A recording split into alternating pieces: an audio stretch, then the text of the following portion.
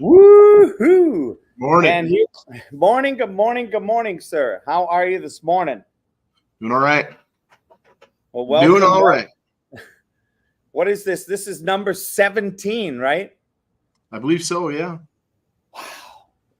So, welcome, everybody. This is our 17th episode of YMA Martial Arts Chat.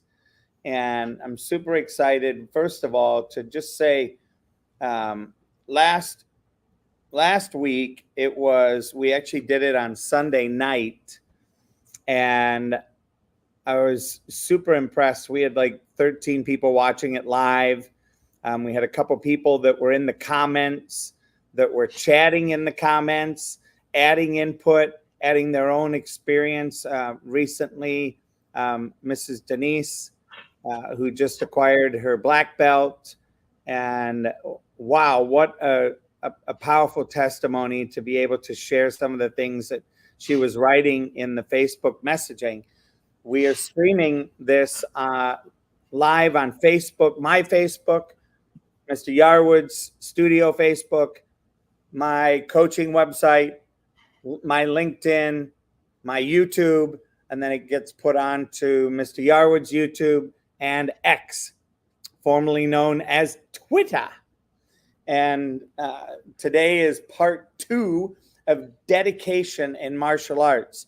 And I should preface all of this by why are we doing this? I'll let Mr. Yarwood share his reason for doing this podcast. My reason for doing this podcast is two. One, Mr. Yarwood is a client of mine, and I'm a client of his. So that's check first and foremost. Second is the difference that I see martial arts.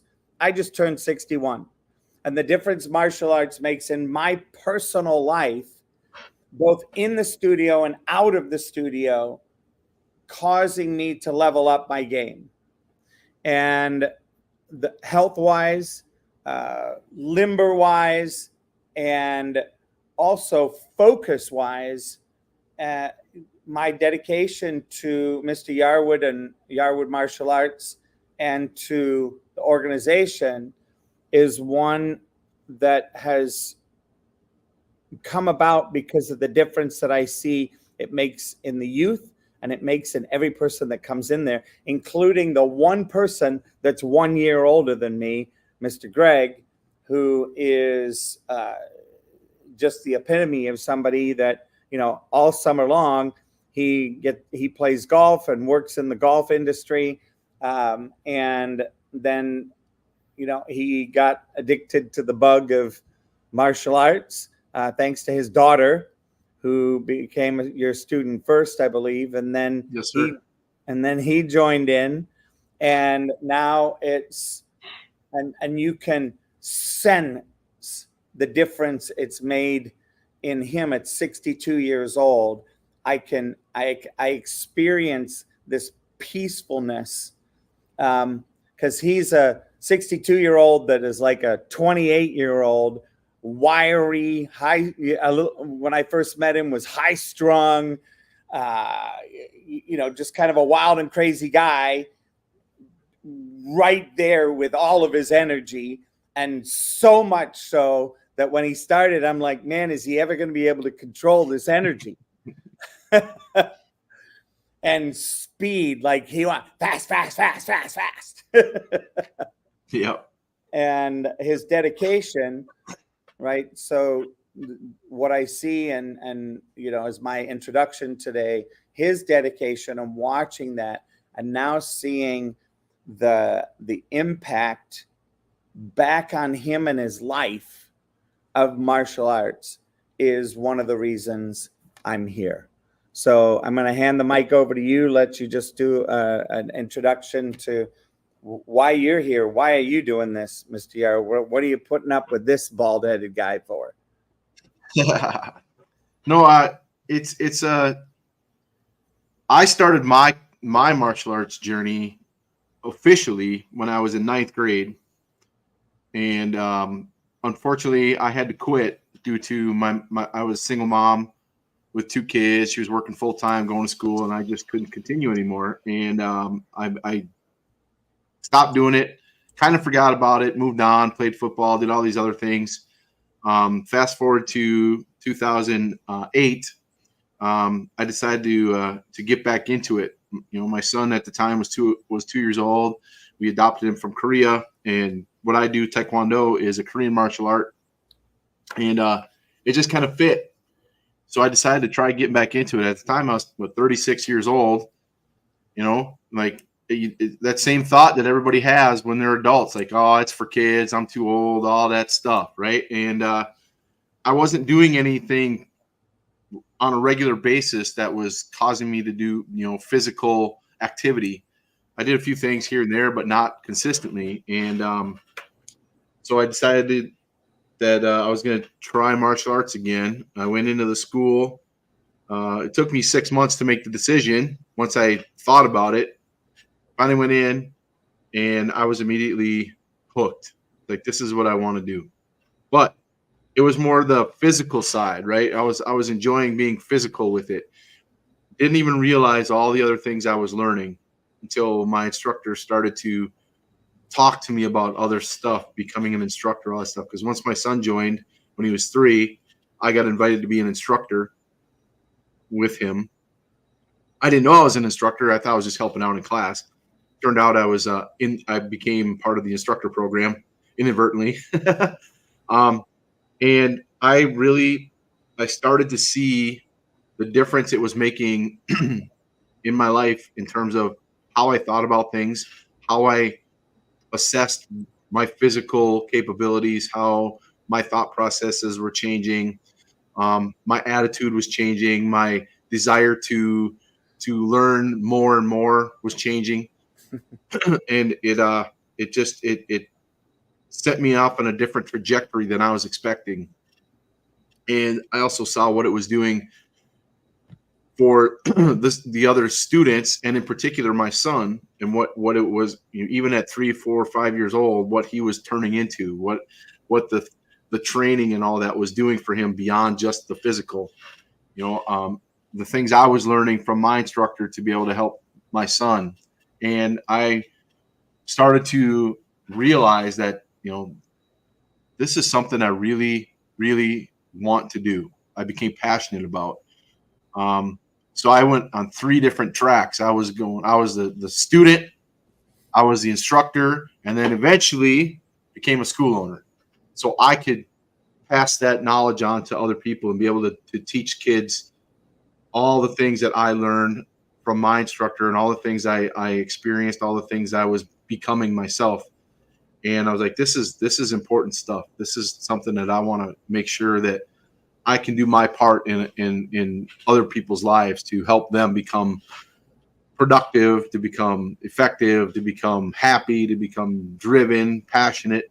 So I dedicated myself to what I do, and becoming a school owner gave me the power to be able to do it the way I felt was the most effective, most efficient, and best way according to how I learned it. So I dedicate myself every single day to my students, because and I do that many different ways. One of which is taking care of myself, doing the things I need to do, learning the things I need to learn to make myself better, so I can pass that on to them. And it's not a job at all. It's not work. It's a passion. It's something I love, and I'll do it for the rest of my life. I have no desire to ever retire. I may move into bigger, better things, but I'll never stop.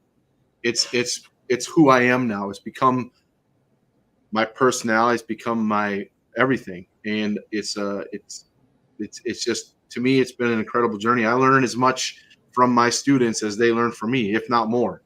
They teach me every day, and it's something that when you dedicate yourself to something, I learned that you get way more out of it than you ever thought you would. If you put the time into it, you put the effort into it, you put the desire into it, the drive, the passion, it'll continue to give and give and give and give. And it's been an amazing journey for me, and I don't see it ending. And that's, and Mr. Yarwood, it's so great to hear that, right?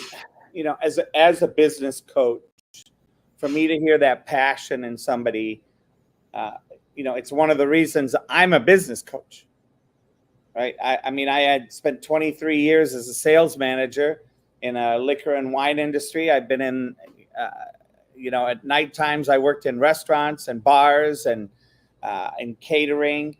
I've been a workaholic my whole life and building up this experience. And then I worked for a personal training and development company for 10 years in the evenings and weekends, and traveled the country and even went to England and led a program in London.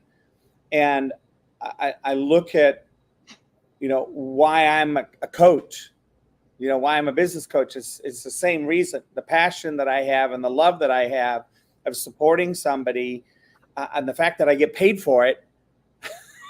Bonus. It's a bonus. Yep. People go, oh yeah, whatever. It's like, yeah, you just like the money. And, it's like, well, yeah, of course I like the money, because I got to pay my bills. I got to pay for this computer, my phone and iPad, and, and the clothes I wear. And, and I look at it and go, yeah, the deal is, though, in the long run, I look and see the people that I help on a day-to-day basis that aren't my clients. And I look at the personal growth and dedication I have to coaching, and I see the impact that martial arts has on my life. And I look and go, hey, many martial arts have a structured path of progression, such as belt ranks or skill levels, which require dedication to achieve.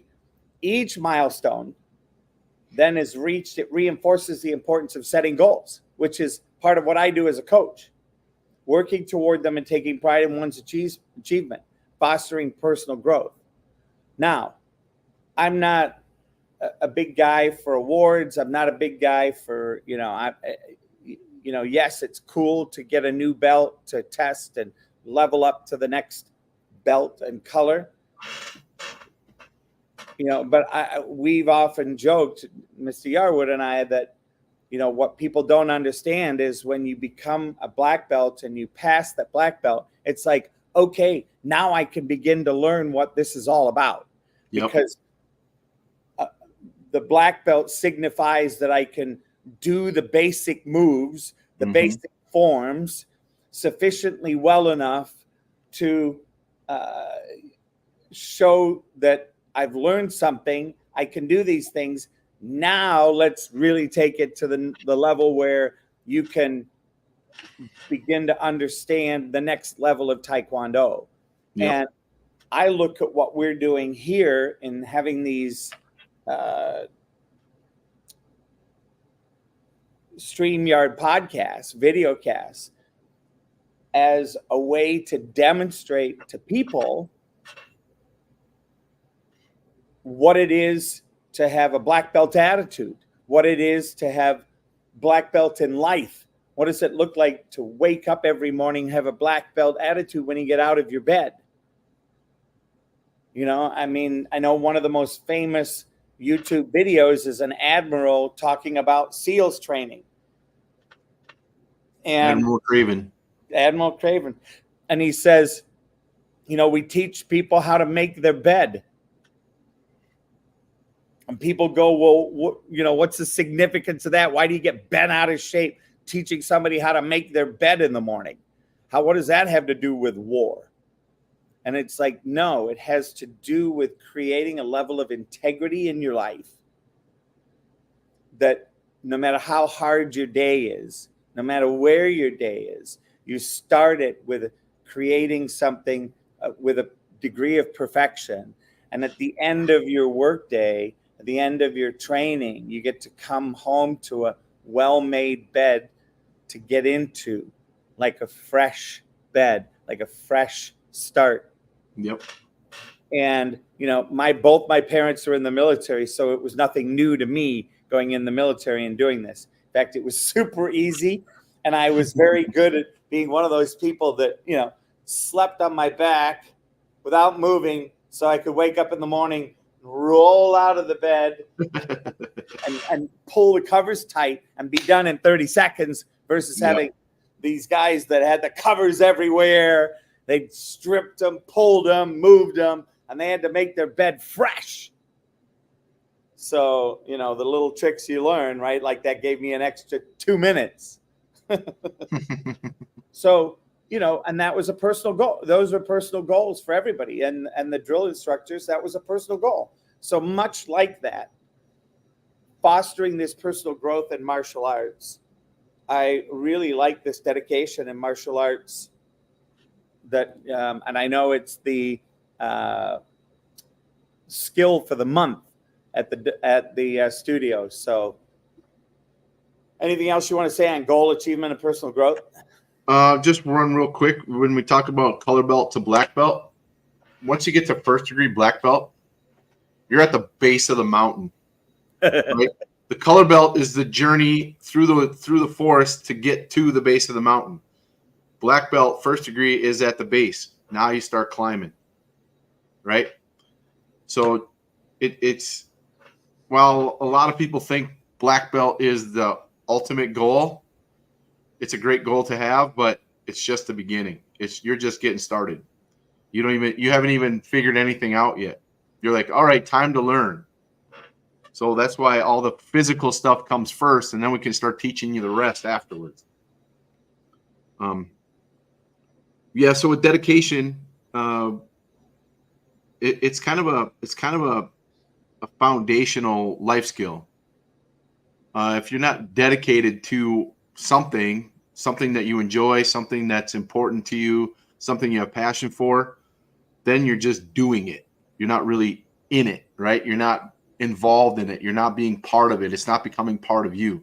When you dedicate yourself to something, it takes on a different meaning. It takes on a different life of its own. It becomes part of you. And we talk about you can build your confidence. Confidence is a huge thing.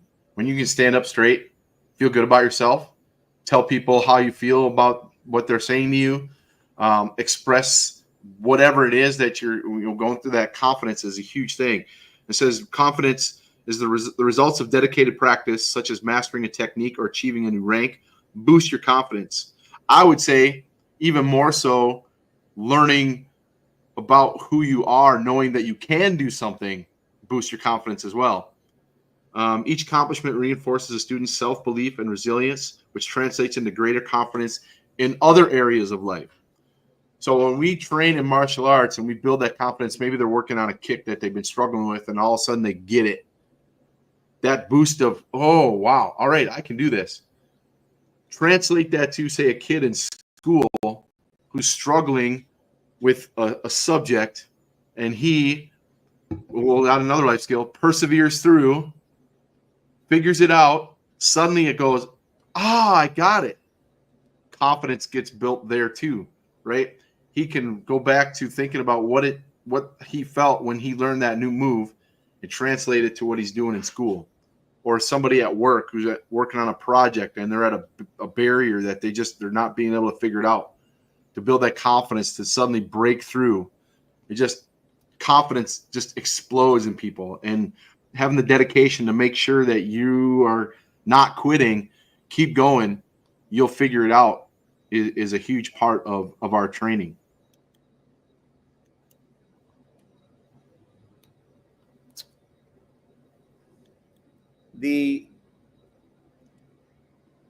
For me, the next number 8 here is self-improvement beyond martial arts. And then number 9 is sense of community and responsibility. And I look at those 3 things, and I truly believe that if you are not expanding and growing, you are shrinking and shriveling. Yep. I look at, and this is just my view of old people that are empowered, that are filled with possibility, self-esteem, confidence. Many of the martial artists, Buddhists, Shaolin monks, Kung Fu, all these that are 80 and 90 years old, and they don't look a day over 50. Right?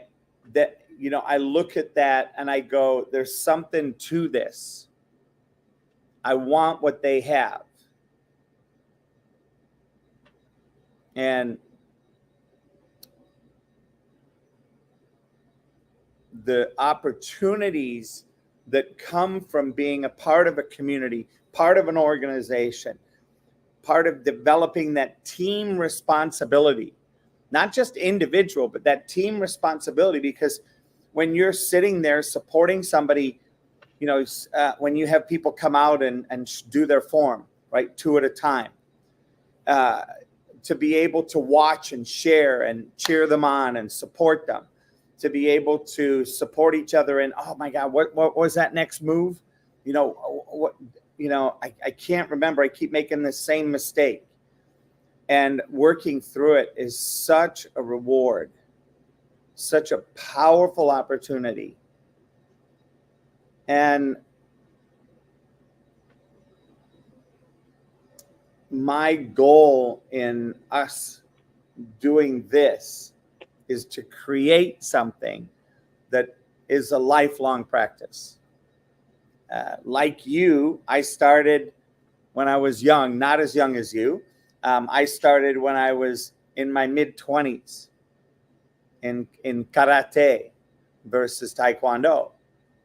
And I, rose through the colored belt ranks and forms, and my former wife came and joined. And when she quit, I lost confidence, lost the ability, lost the drive to go there, and I quit.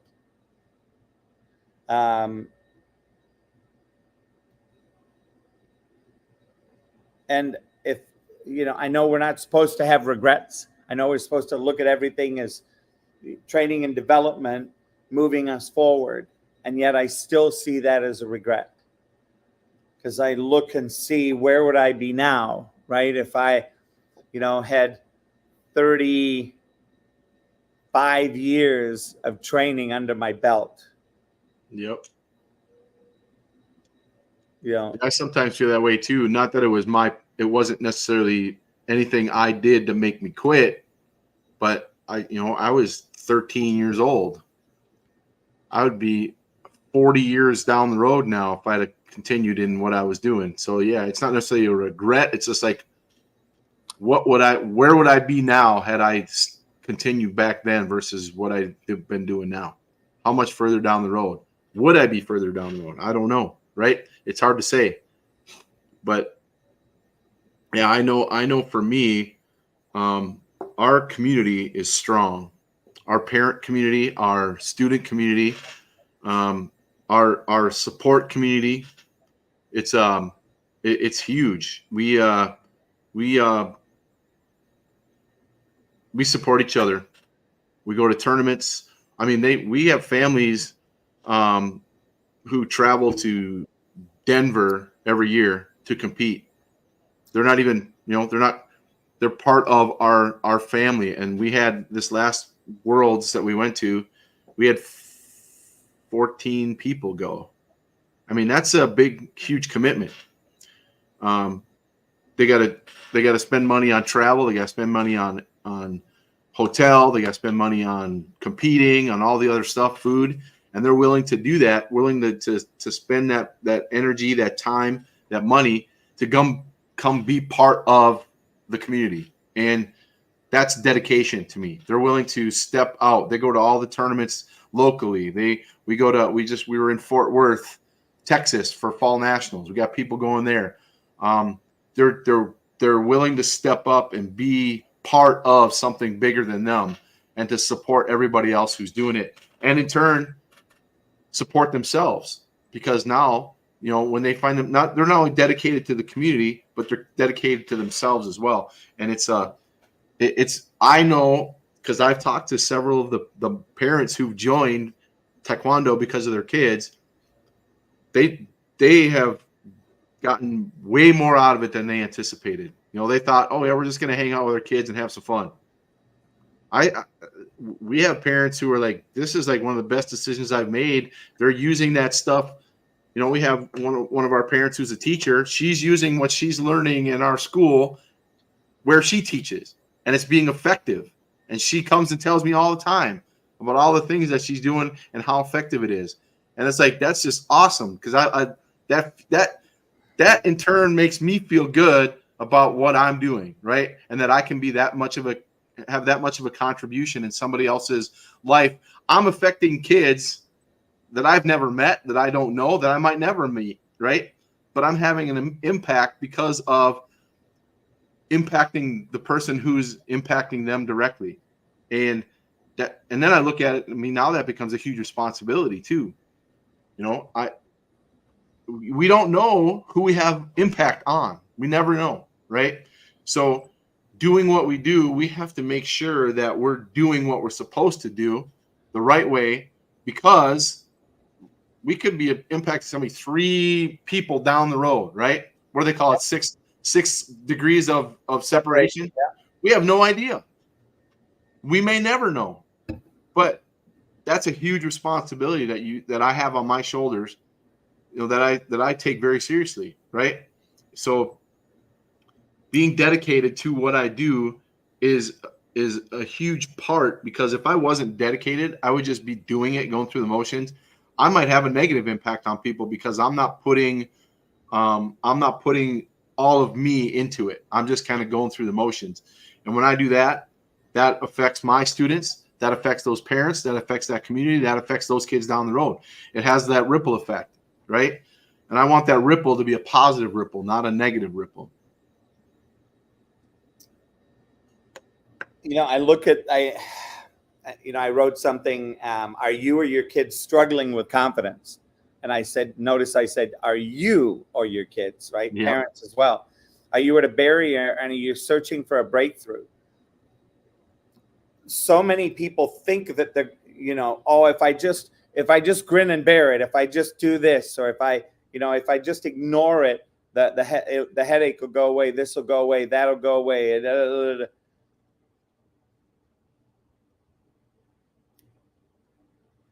In martial arts, dedication is about building one's inner strength, resilience, and respect for the art, and I say for everything in your life, contributing to both martial skills and character development. Through dedication, students become not just skilled practitioners, but also disciplined, focused, and grounded individuals in their own lives. To me, that's the most important part. Yep. And it's self-evident. It's evident, right? Not self-evident. It's evident when you meet you and see you what's important.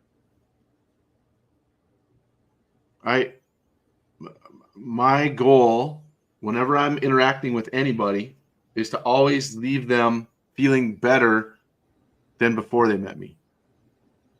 I want them to have a positive experience with me, to recognize that, hey, this is somebody that says and does what he means, right? I'm not a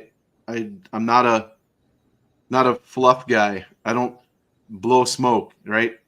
If I tell you something, I mean it. And I like to have fun. I like to joke around. I like to poke, right?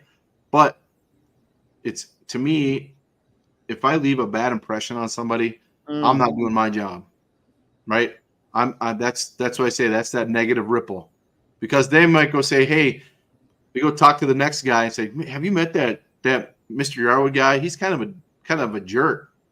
Like, well, okay, maybe that person never met me, but now if I do go meet them, their first impression has already been made before they even said a word to me. I heard you're a jerk, right? I don't want that. And it's important to me that I have a positive impact on people that I meet, because it affects them and those that they meet and those that they interact with. The vicious circle. Yeah, I'd rather harness the positive side than the negative. Yeah, and I think to go back to number 9 and just read what you've written on and you have on this document. Dedication creates a sense of belonging and responsibility toward fellow practitioners, people you're training with, and instructors. By showing up and supporting others, students contribute to a positive training environment and build strong bonds with their martial arts community. And this, some people go, well, I'm super introverted, I'm shy, I don't know how, and I don't know why. This is a great method. It's a great way to come out of your shell at your own pace. Yep. And that's where we go back to that confidence, right? If you're introverted, it's usually a confidence thing, right? We can start to build that confidence little by little to the point where they forgot that they were scared. Yep. Yeah, well, I think this was really good for dedication in martial arts. For those of you that are watching today or come in and watch the replay of today, check out the one from last week, from Sunday night, where we talked about progress in skill mastery, building physical strength and mental strength, discipline and self-control, perseverance through challenges, and respect for the art and tradition.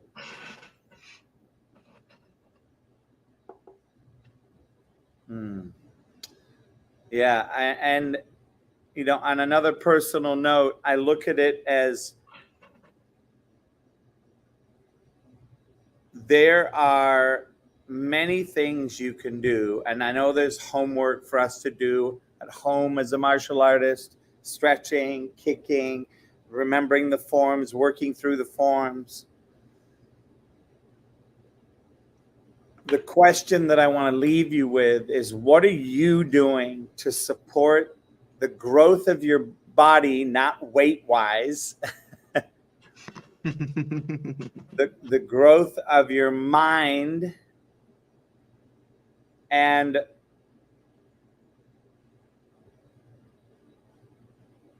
what a luxury it is to be able to have this opportunity. And there's always specials, there are deals that Mr. Yarwood will make for the first month. So I invite you to come down, interview Mr. Yarwood, and look and see what are the benefits. Have him share some of the benefits for you in your life. So reach out to him on Facebook, reach out to him on Twitter, YouTube, LinkedIn, send Google. me a message and we'll connect, and I'll connect you with Mr. Yarwood. That will also be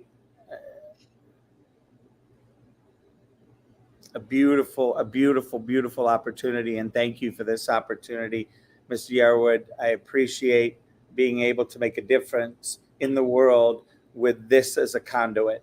Yes, sir. And with that, see you on the mats. See you on the mats. We'll see you next week.